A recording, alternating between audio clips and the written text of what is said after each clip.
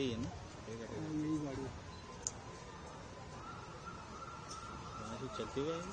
नहीं अरे मोबाइल कौन है यार? अरे आगे मत जाओ भाई, इधर ही रहते प्रॉपर मिलेगा। वो मोबाइल वाले नहीं तो हम इधर ही रहते। नहीं अंदर पड़े इधर ही। बढ़िया।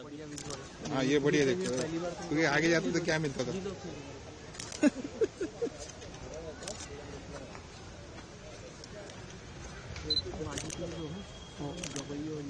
दोनों लिया जोगन को। ये कुनल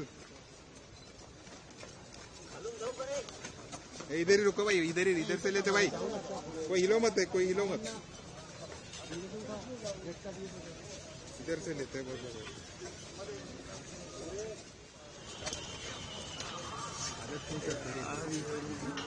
योगेश अंदर चले जा। आ गया। मानते नहीं हो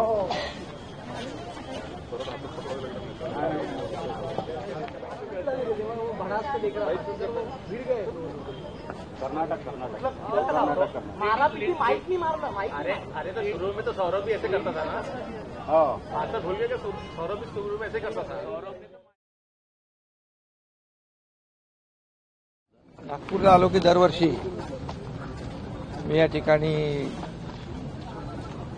चैत्यभूमीला बाबासाहेबांना वंदन करायला येतो। खरं म्हणजे इथं आल्यानंतर एक ऊर्जा आणि प्रेरणा मिळते। दीक्षाभूमीला आल्यानंतर नागपूरला आल्यानंतर दीक्षाभूमीला आणि मुंबईला चैत्यभूमी, त्या दोन्ही ज्या आहेत त्या आमच्यासाठी चैत्यभूमी असो दीक्षाभूमी असो एक श्रद्धा आणि आदर्शाची भूमी आहे। आणि म्हणून बाबासाहेबांच्या विचारांनी प्रेरित होऊन संपूर्ण देशभरातले बाबासाहेबांचे अनुयायी असतील, आम्ही असू, त्यांचा आदर्श डोळ्यासमोर ठेवून देशाचा कारभार राज्याचा कारभार देखील चालतो। आणि म्हणून या ठिकाणी आल्यानंतर एक वेगळी अनुभूती मिळते, मनाला समाधान मिळतं, प्रेरणा आणि ऊर्जा मिळते आणि आपण जनसेवा आणि लोकसेवेचा जो वसा घेतलेला आहे त्याच्यामध्ये आणखी बळ मिळतं। आणि म्हणूनच राज्य शासनाच्या वतीने दीक्षाभूमीचा विकास असेल, चैत्यभूमीच्या बाजूला जे आपल्या बाबासाहेबांचं हिंदू मिल स्मारक, हिंदू मिलच्या जागेमध्ये भव्य दिव्य जागतिक दर्जाचं आपण स्मारक करतोय, जगाला हेवा वाटावं असं स्मारक उभं राहतंय, त्याचा देखील आम्हाला अभिमान आहे। आणि म्हणून बाबासाहेबांचे विचार शिका, संघर्ष करा, संघटित व्हा आणि तळागाळातल्या सर्वसामान्य दलित, शोषित, पीडित या सगळ्यांना समाजाच्या मुख्य प्रवाहामध्ये आणण्याचं काम बाबासाहेबांच्या विचारांनी केलं। आणि म्हणूनच राज्य शासनाच्या वतीने देखील आज आपण प्रत्येक तालुकानिहाय संविधान भवन देखील बांधतोय। संविधान दिन देखील आदरणीय प्रधानमंत्री मोदी साहेबांच्या काळात सुरू झाला। आणि म्हणून बाबासाहेबांचे विचार जे आहेत हे विचार सर्वसामान्य माणसाला न्याय देणारे आहेत। आणि म्हणून त्यांच्या राज्यघटनेमुळे त्यांनी जी घटना लिहिली ती जगातली सर्वोत्तम घटना आहे।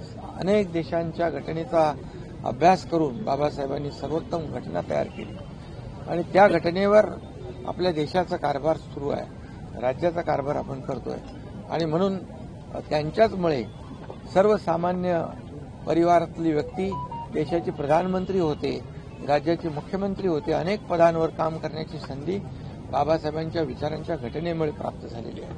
आणि म्हणून मी बाबासाहेबांना विनम्र अभिवादन करतो आणि आज सगळ्यांनाच मी अच्छा दिवशी शुभेच्छा देता। बाबा साहब आम्बेडकर को लेकर अमित शाह ने एक बयान दिया था जिसके बाद लगातार विपक्ष सवाल उठा रहा है। पॉलिटिकल यहाँ पर आज बाबा साहब के आज दीक्षाभूमि में हम लोग आए हैं और निश्चित रूप से यहाँ पर आने के बाद एक प्रेरणा ऊर्जा मिलती है ये ऊर्जा का स्रोत है और ये हमारे लिए दीक्षा भूमि, चैत्य भूमि एक श्रद्धा और आदर्श भूमि है और निश्चित रूप से हमारे जैसे कार्यकर्ता लोग यहाँ पर आते हैं तो ऊर्जा लेके जाते हैं, प्रेरणा लेके जाते हैं और ज्यादा समाज सेवा करने की शक्ति मिलती है और इसलिए हर साल मैं यहाँ आता हूँ और दीक्षा भूमि में बाबा साहब को वंदन करता हूँ और वैसे मैं यहाँ पर आया हूँ और निश्चित रूप से बाबा साहब के विचार जो है, जो दलित शोषित पीड़ित जो है उनको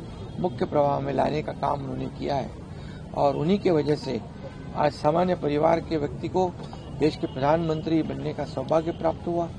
मुख्यमंत्री बनने का कई लोगों का, मुझे भी पिछले 2.5 साल में वो भी सौभाग्य प्राप्त हुआ और इसलिए यहाँ पर आने के बाद जो है बहुत ही समाधान मिलता है और ऊर्जा मिलती है। शिंदे साहेब मंत्रिमंडळ विस्ताराला हे तर इथं राजकीय विषय नाही, तुम्हाला तिकडे मी बाहर गेट के बाहर ले